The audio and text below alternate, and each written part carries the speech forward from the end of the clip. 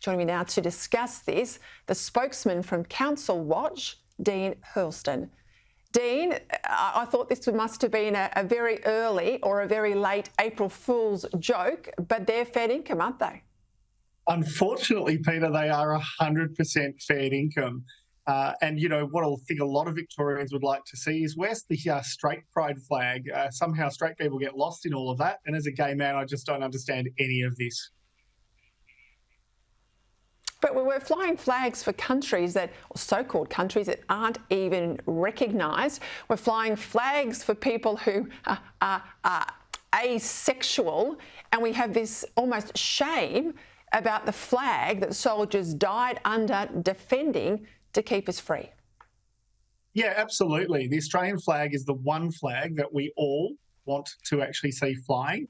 And so for Yarra to take it down and replace it regularly, and then also to fly 20 other flags, this is just more evidence that council officers, CEOs and executives are now the true woke brigade, wasting $12 billion of our money coming up with ridiculous policies when potholes are everywhere, streets are full of rubbish, and we can't get the basics done, Peter.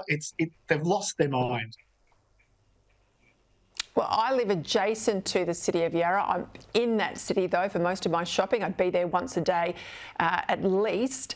Now, this is the city, the local council, remind me if I'm wrong here, but this is the one that have started to charge residents on top of their rates for the basics like getting their bins collected. Yes, what we know is they were not happy that rate capping stopped them from raising rates every year however they wanted. So they've now pushed their bin charges out separately, which means you can actually get a 30, 40, 50% increase if they decide to do so. This is just less service for more money and more gouging. And this is the same council that's about to put up a motion in a week's time and has had to shut its council meeting down from public gallery because it wants to put up a motion to support Hamas. These councils need a reality check, and we are absolutely bent on the 2024 elections, resetting the priorities of councils, getting them back to basics, holding them to account for public service standards, or throwing them and the executives out of office.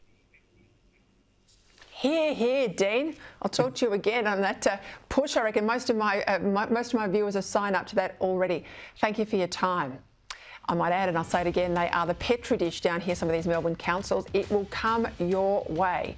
They were the first ones to ban Christmas, and look where we're up to.